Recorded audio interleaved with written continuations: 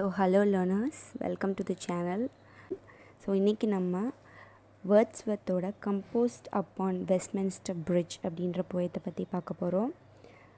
So this video is going to be in both Tamil and English. So mostly it will be in English and வாங்க வீடியோக்குள்ளே போகலாம். First, let me give a simple introduction about the poem. This poem is very simple in language and gives a direct meaning. ரொம்ப சிம்பிளாக தான் இருக்க போது. Just நீங்கள் அந்த போயத்தை ரீட் பண்ணாலே it will give a meaning and you can understand it. I'm just going to elaborate it.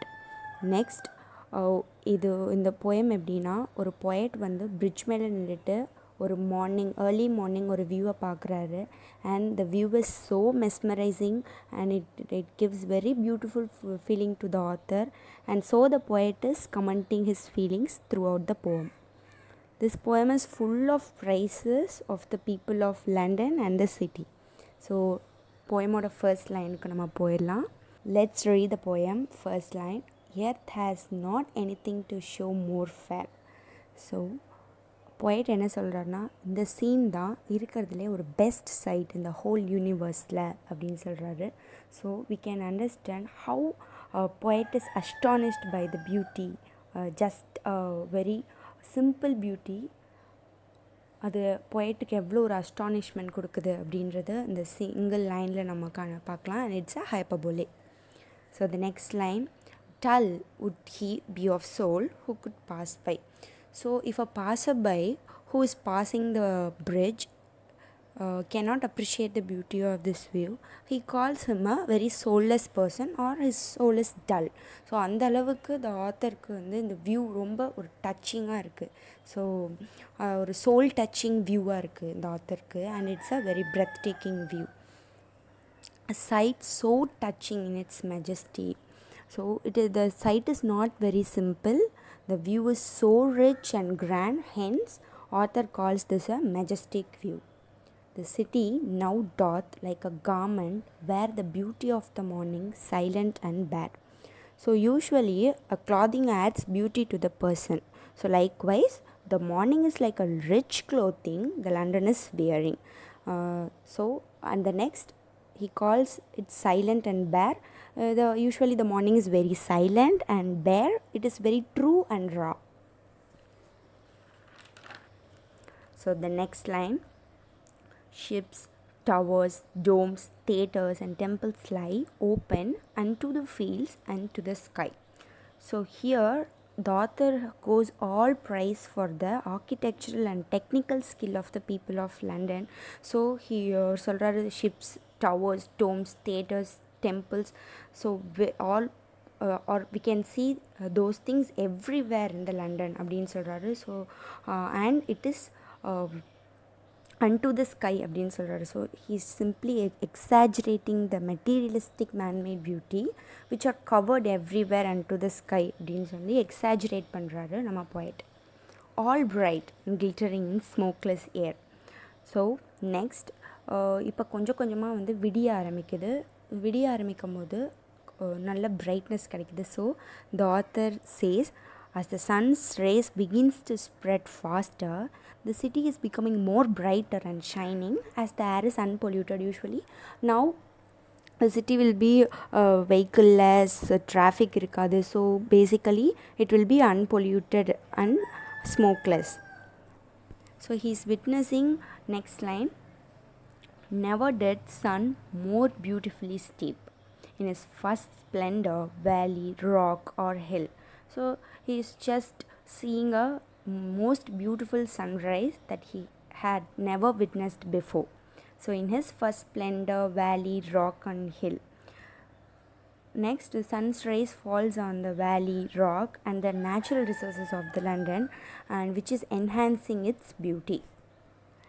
So the next line: never saw I, never felt a calm so deep. So this view brings peace to the poet's heart, which he haven't felt so far. The next line: the river glideth at his own sweet will. So basically the river is flowing undisturbed and it is flowing without any disturbance now the last two lines. Throughout these lines the poet goes all praise for the city, and he just appreciating the beauty of the morning. Now these two lines, he appreciates the heart of the people of London, and he starts to address God in the forthcoming line. Dear God, the very houses seem asleep, and all the mighty heart is lying still.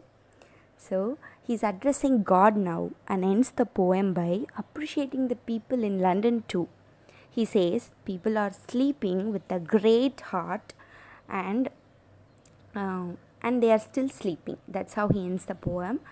So the poet is basically is in all praise for the beauty of the city and the people of the London. So இதிலிருந்து நம்ம என்ன தெரிஞ்சுக்கலாம்னா the poet is attracted not only to the beauty of the London but also to the beauty of the people, how they are living, how they are leading their life.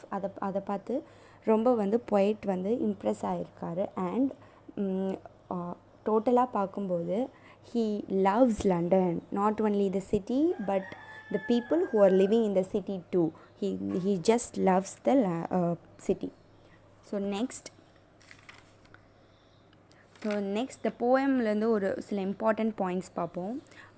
The poemோட nature என்ன, it's very straightforward and it's very simple in diction, and just a very simple view of the morning praised by the poet. அதுதான் அந்த போயமோட summary, ஒரு simple one line சம்மரின்னு சொல்லலாம். He just loves the city more in silent early morning than the chaotic house. Usually the city இப்போ ரொம்ப industrial ரெவல்யூஷன்னாலேயும் ஒரு பயங்கர பிஸியான சிட்டியாக மாறிக்கிட்டு வருது. ஸோ த poet ஓல்ட் லண்டனை மிஸ் பண்ணியிருக்கலாம். So he loves the early morning London. Such simple beauty bring calm and peace to the poet.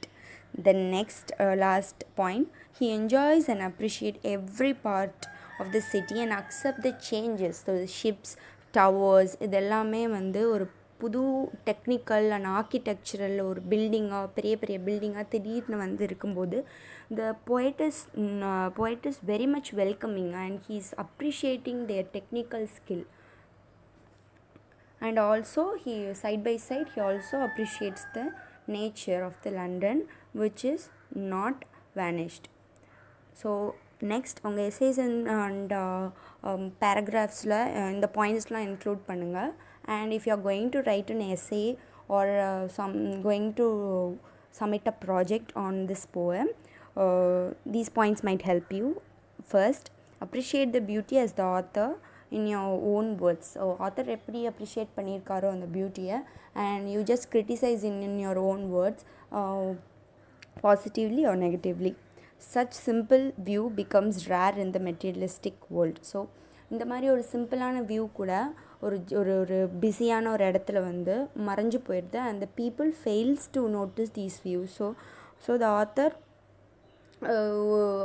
ஒரு சிம்பிளான வியூவை கூட இவ்வளோ ஒரு பெரிய அளவில் மென்ஷன் பண்ணியிருக்கார். yet the city hasn't lost its beauty. இவ்வளோ ஒரு டெக்னிக்கல் ஆர்கிடெக்சரல் பெரிய பெரிய பில்டிங்ஸ் எல்லாம் வந்தாலும் இந்த சிட்டி அதோட நேச்சர் இன்னும் லூஸ் பண்ணல அப்படி சொல்கிறாரு. And also my final point is suggest include few quotes from the poem so that you can connect with the poem very easily.